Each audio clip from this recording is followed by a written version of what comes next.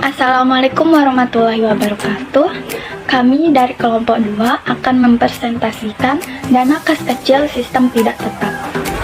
Dana kas kecil metode tidak tetap atau fluctuating fund system, metode berubah-ubah adalah suatu metode pengisian dan pengendalian kas kecil di mana jumlahnya akan selalu berubah-ubah atau sesuai dengan kebutuhan. Sistem ini menghendaki bahwa jumlah nominal kas kecil tidak ditetapkan, akan tetapi sesuai dengan kebutuhan. Misalnya, ketika pertama kali membuat kebijakan, perusahaan menetapkan jumlah nominal kas kecil sebesar 5 juta, kemudian digunakan sesuai dengan kebutuhan dan kemudian diisi kembali.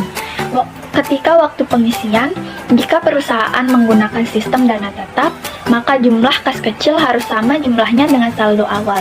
Namun, pada metode sistem dana tidak tetap atau dana mengambang, jumlah pengisian kembali kas kecil tidak harus sama dengan jumlah nominal saldo awalnya. Jadi bisa kurang maupun lebih.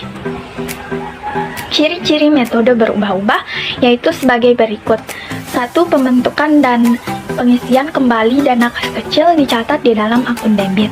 Kedua, bukti pengeluaran kas kecil dicatat dalam buku jurnal kas kecil. Ketiga, mendebit akun-akun yang terkait dengan penggunaan kredit akun tersebut.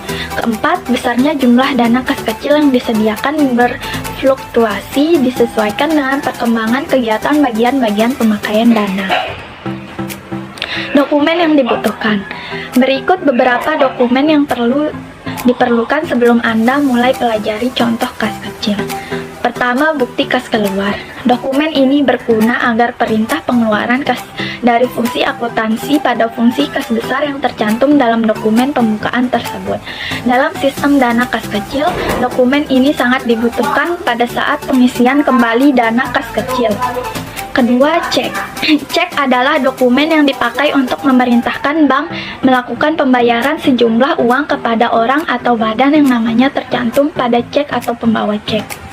Ketiga, permintaan pengeluaran kas kecil. Dokumen ini dipakai oleh pengguna kas kecil untuk meminta sejumlah uang kepada pemegang dana tersebut. Bagi pemegang dana kas kecil, dokumen ini berguna sebagai bukti pengeluaran. Dokumen ini akan disimpan oleh pemegang kas kecil menurut nama pengeluaran dana tersebut. Keempat, bukti pengeluaran kas kecil. Dokumen ini dibuat oleh pengguna dana kas kecil untuk mempertanggungjawabkan pemakaian dana kas kecil. Dokumen ini dilampiri dengan bukti-bukti pengeluaran kas kecil dan diserahkan oleh pengguna dana kas kecil kepada pemegang dana kas kecil. Yang kelima, permintaan pengisian kembali dana kas kecil. Dokumen ini dibuat oleh pemegang dana kas kecil untuk meminta kepada bagian utang agar dibuatkan bukti kas keluar untuk pengisian kembali dana kas kecil. Contoh kas kecil. Kas kecil bersifat opsional dalam sebuah perusahaan.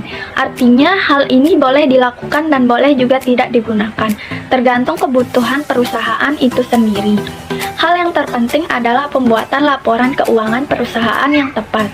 Seperti yang sudah diketahui, contoh petty cash atau kas kecil adalah dana pengeluaran rutin namun relatif kecil jumlahnya. Dan di atas juga sudah dijabarkan bagaimana metode pencatatannya di laporan buku atau jurnal kas kecil. Contoh masalah kas kecil dari metode dana tidak tetap terjadi ketika akuntansi staf CV membentuk saldo kas sebesar 11.650.000. Pengisian ulang dilakukan dengan saldo 110% dari saldo awal dan penggunaan tunai untuk satu periode adalah 11.220.000. Jurnal tentang pembentukan dan pengisian kembali uang tunai yang diperlukan sebagai berikut. Tanggal 20 Juli 2022, keterangan semua dalam ekspansi, debit 11.220.000.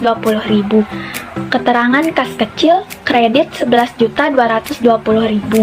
Pembayaran semua ekspensi dalam satu periode. Tanggal 31 Juli 2022, keterangan kas kecil, debit 12.815.000. Keterangan uang tunai di Bank Mandiri, kredit 12.815.000. Keterangan refill jurnal kas kecil. Nah, Tadi adalah contoh masalah kas kecil dari metode dana tidak tetap dan jawaban yang merupakan bagian dari materi sistem dana fluktuasi.